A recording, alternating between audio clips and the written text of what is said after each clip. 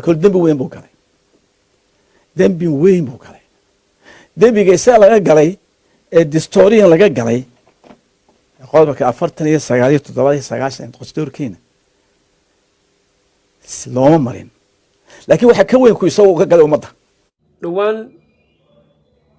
sidaan horba idin kugu sheegaba intii aan la faafin dacayadii iga dhanka ahayd ee aad u fool xumayd daawadayaal muuqaaladan maanta idin hayno waa muuqaalo aad u xiiso badan iyagana ku saabsan ninkii ahaa Taakeeye oo siro badan laga soo bandhigay sidoo kalena isagoo ka hadlay Faysal Cali Waraabe oo ah badiyaaba ninka u hadla reer Somaliland isagoona ah aqoonyahanka Somaliland kana hadlana xaalad walba oo Somaliland ku cusub balse daawadayaal Faysal Cali Waraabe ayaa ninka siro badan ka soo bandhigay inta aynaan muuqaalkeenan aad ka xiisaha badan leh gudihiisa gelin fadlan daawad haday tahay boqoshadii ku gooreysay aad soo boqoto channelkeena Ansixinta Wararka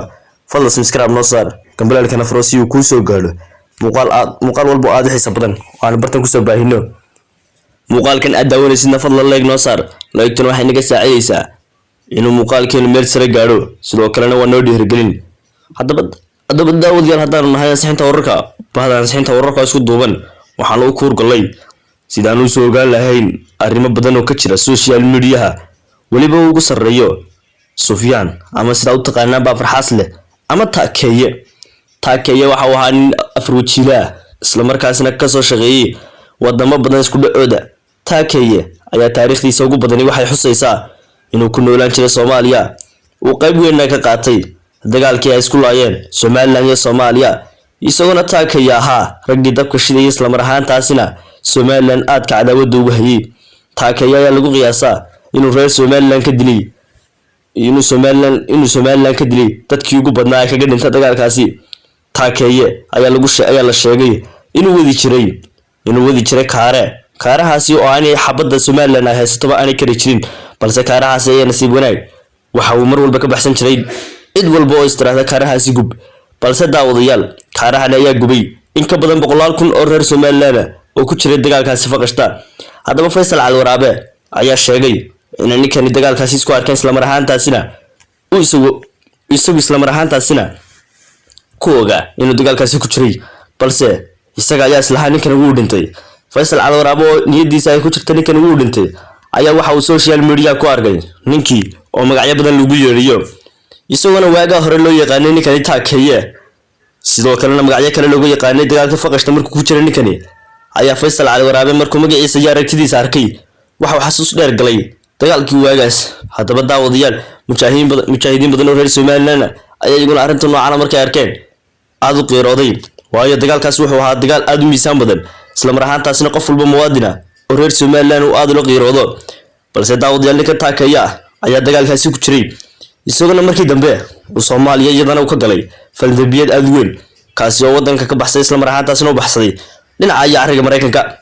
balse ninkani muddo kadib waxa laga soo mustaafiriyay wadanka Mareykanka iyadoo lagu arkay dambiyo aad u xun balse wadanka Mareykanka oo ka shakiyay ninkani ayaa uu ku jiray muddo xabsi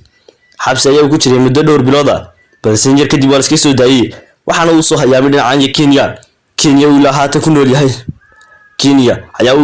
nool yahay barakacyaal ku yaala ama xiriir qaxoonti oo Kenya ku yaala balse ninkani ayaa ah nin dambiyo badan ka galay wadamo qaar balse imika ay Soomaaliya aad u raadinayso isla mar ahaantaasna hadii ay Soomaaliya iyo Kenya ay xiriir lahaayeen iyagoo xiriirkoodii soo jireen ka muddooyinka ugu dambeysay xariga u jaray intaas ayay ka faa'iideystay ninkani Kenya iyo Soomaaliya markaa isku dhaceen ayaa uu ninkani arrimihiisa soo bandhigay isla mar ahaantaasina social media ku soo biiray balse arintani ayay Somaliland aad uga xanaaqday iyadoo ogaatay ninkani inuu ahaa ka qaybgalayaashii dagaalkii faqashta ee hubka weyn Soomaaliya ka caawin jiray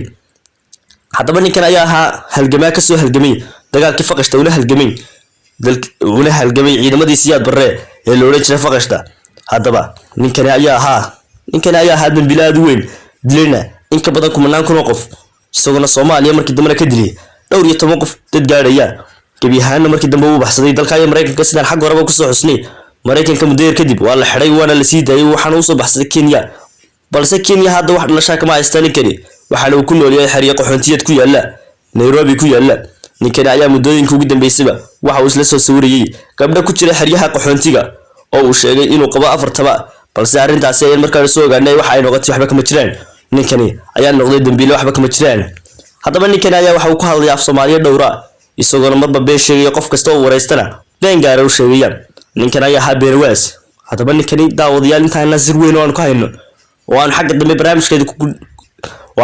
barnaamijkeeda ku dhignay sir aad u weyn oo aan ninkan ku hayno xagga dambe barnaamijka ku jirta inta aynaan gaarin fadlan mar labaad waxaan ka codsanaa inaad muuqaalka like saarto comment nadiifna aad noo soo qorto waayo dadka Soomaaliyeed badanaa waxay noo soo qoraan comment caya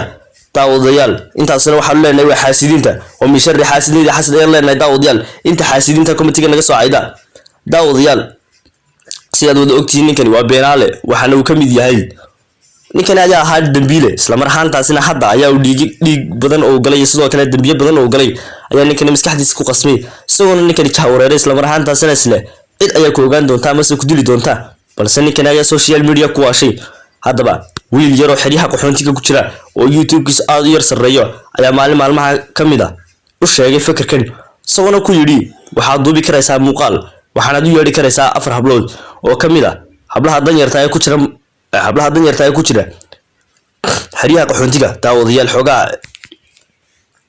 daawadayaal ninkan ayaa markuu arrintaasi maqlay waxa uu galay social media iyadoo dad Soomaaliyeed ay badanaa ka soo filciliyeen balse ninkani ayaa lagu qiyaasaa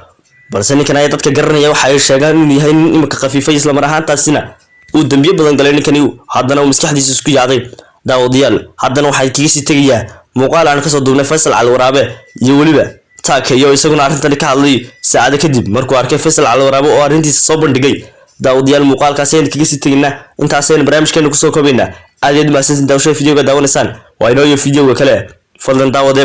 muuqaalka noo leegaree comment nadiifana noo soo reeb aad ugu maasantiin daawasho fiidiyoga daawanaysid